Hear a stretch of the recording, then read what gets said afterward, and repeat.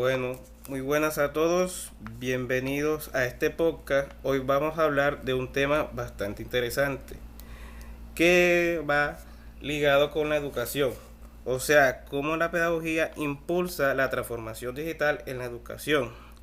Eh, Vamos a estar hablando con una reflexión crítica de políticas educativas, TICs, constructivismo y conectivismo. Mi nombre es Armando Rodríguez y estoy aquí acompañado con la psicóloga Oriana Gazabón, la licenciada Yuleis de la Hoz y la trabajadora social Piedad Ávila Barón. Eh, la idea es que de una forma clara, sin tanto enredo, para entender cómo está cambiando la educación hoy en día con la tecnología. Ya entrando un poco más en el tema, aquí lo que nos muestra es cómo la educación ha venido cambiando con todo lo digital. O sea, que no es solo que ahora usemos computadores o plataformas, sino que cambia la forma de aprender. Por ejemplo, el estudiante ya no es solo el que escucha, sino que participa más, investiga, interactúa. O sea, se vuelve más activo en su aprendizaje. También algo importante es que ahora el aprendizaje es más flexible. Uno puede aprender desde diferentes lugares, a su ritmo, usando herramientas digitales. Entonces, más que usar tecnología, es una transformación completa en la educación. Eh, en esta parte se mencionan dos enfoques importantes, que es el constructivismo y el conectivismo. El constructivismo básicamente nos dice que uno aprende haciendo, o sea, construyendo su propio conocimiento a partir de lo que ya sabe y de sus experiencias. Mientras que el conectivismo va más ligado a lo digital y que el aprendizaje se da por conexiones con otras personas, con internet, con la información que está en diferentes plataformas. O sea que aprender ya no solo es estar en el salón, sino que una red mucho más amplia. Entonces, viendo todo esto, podemos entender que la educación no solo está cambiando, sino que se está adaptando a nuevas formas de aprender y enseñar. Bueno, ahora le doy la intervención a nuestra compañera psicóloga Oriana Gazabón. Gracias, Armando. Nos has dado unas bases importantes para seguir desarrollando el tema. Si bien es cierto, esta es una visión sistémica del aprendizaje y de la enseñanza y no está desligada a tres o cuatro factores importantes. Uno, la política educativa. Son nuestras bases, nuestro lineamiento, nuestra base normativa para el quehacer pedagógico. También está la implementación institucional. Son todas estas prácticas y recursos que tenemos en el entorno escolar. Las TIC, que hoy por hoy son el vehículo, la herramienta para conectarnos con nuevas formas de aprendizaje. Y la formación docente, que es fundamental para darle continuidad a ese desarrollo del, del quehacer docente, de estar a la vanguardia. Pero surge una tensión importante y es que hay una brecha entre el discurso normativo, una brecha entre las políticas y los estándares gubernamentales o nacionales con la práctica en aula. El contexto es muy importante tenerlo en cuenta en el desarrollo de nuestras políticas públicas. Y es que los ritmos y los tiempos de aprendizaje son diferentes para nuestro alumnado. El contexto, las necesidades reales, familiares, y las capacidades de nuestros docentes están muy ligadas a este desarrollo del quehacer pedagógico. Sin embargo, hay dos posturas que debemos ir manejando o ir buscándole un equilibrio, que es la política y es la pedagogía, ¿sí?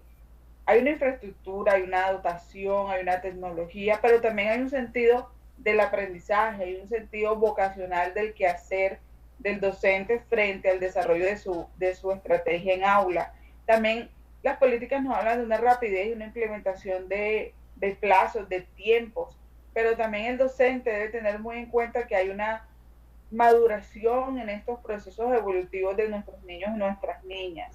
que hay procesos profundos que se van desarrollando en el día a día, que sí, que hay que cumplir indicadores, sí, que hay que medirlos, sí, pero también el docente es autónomo, es flexible y puede adaptar cualitativamente el desarrollo de sus clases. Siento que es importante darle el foco al docente y a su postura, por eso creo que es importante escuchar la voz de You Ladies, que nos amplíe un poquito más sobre esto. Muchísimas gracias, Oriana, gracias por esta excelente intervención. Y sí, siguiendo un poco el foco de lo que nos vienes comentando, aquí empieza lo más complejo, porque aunque las políticas suenan muy bien, cuando llegan a la práctica encontramos fuertes tensiones. La política quiere rapidez, indicadores y resultados visibles. La pedagogía requiere tiempo, reflexión y profundidad. Es como si dos lógicas diferentes intentaran trabajar juntas, pero sin sincronizarse. Las tensiones más visibles dentro de toda esta organización es que tenemos una tecnología de la información y la comunicación implementada sin claridad pedagógica.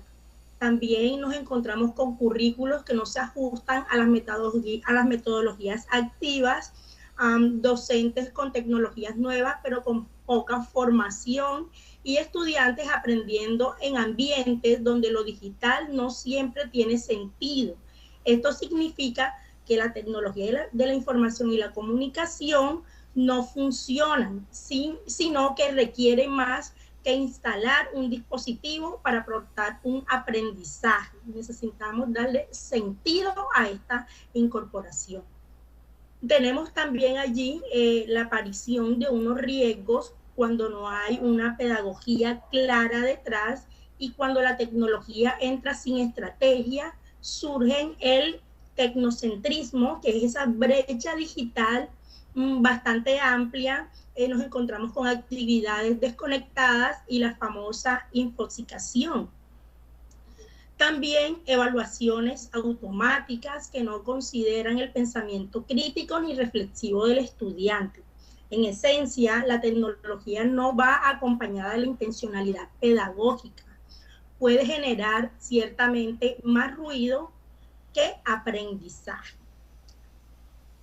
En resumen, entonces tenemos 5 riesgos que nos pueden parecer algo grave, y es que la tecnología no es el objetivo, es una herramienta. La pedagogía sigue siendo la brújula central del proceso de enseñanza y aprendizaje. Para esto, para que nos dé un poco más de profundidad, pues tenemos a Piedad. Gracias, Yule. Bueno, ya ustedes nos han hablado de las brechas, de las zonas críticas, de los riesgos, ¿verdad? Entonces, cuando pensamos en una escuela conectada, lo primero que es evidente es cómo el papel del educador debe ir cambiando. Es más, ya muchos de nuestros docentes y educadores ya no funcionan como un transmisor de información, sino como un orientador de experiencias que ayuda al estudiante a construir conocimiento. Hoy el docente integra múltiples dimensiones, acompañar procesos como mediador, diseñar experiencias de aprendizaje que realmente tengan sentido, evaluar de forma o de manera formativa, promover el pensamiento crítico, filtrar la información que circula y articular comunidades de aprendizaje que amplían las posibilidades de cada estudiante. Entonces, creería yo que el rol más amplio refleja que enseñar en la actualidad implica guiar, conectar y generar condiciones para que nuestros estudiantes puedan aprender de manera activa, colaborativa y autónoma. Y en medio de esta transformación enorme y con todas estas situaciones preocupantes, pues aparece un enorme reto, que es la saturación de información. Pues los estudiantes están expuestos a múltiples contenidos y mensajes, datos que muchas veces generan confusión. Ahí entra en función una función clave del docente, que es el actuar como curador, es decir, seleccionando y validando recursos que realmente le sirvan al estudiante y que le aporten a su aprendizaje. y también un puente conectando a los estudiantes en redes de aprendizaje, propuestas, comunidades, proyectos y experiencias que enriquezcan su formación. Gracias a esta intervención del docente, la infoxicación se convierte en una claridad y puede fluir los procesos de enseñanza-aprendizaje. Finalmente, la transformación educativa profunda se sostiene en estos tres pilares que ustedes ven aquí en pantalla. El primero es la innovación pedagógica, que nos recuerda que la tecnología solo tiene sentido cuando está al servicio de una enseñanza con propósito, cuando hay pensamiento crítico. El segundo es la colaboración sistémica, que permite alinear las políticas, las regulaciones, las normas, los proyectos, metodologías y realidades institucionales para evitar esfuerzos aislados. Y el tercer y no menos importante pilar es la transformación, que depende del fortalecimiento del docente. Un docente que esté en formación continua, independientemente del equipamiento, de los dispositivos que tenga, es muchísimo más importante o debe estar en el mismo nivel de prioridad tanto el equipamiento como la cualificación del docente. En conjunto, estos contenidos pues muestran una idea poderosa. El docente es el eje que da sentido al aprendizaje en la era digital. Su capacidad para orientar experiencias, filtrar información, sostener la transformación educativa lo convierte en un actor esencial de la escuela, del presente, de las instituciones educativas del futuro. Nosotros en nuestros estudios hemos tenido realmente docentes que nos han inspirado y que nos han hecho sentir en paz, porque sentimos que hay esperanza por docentes que cada día se cualifican. Gracias, este ha sido nuestro podcast. Gracias a mis compañeros por sus claridades y por sus intervenciones.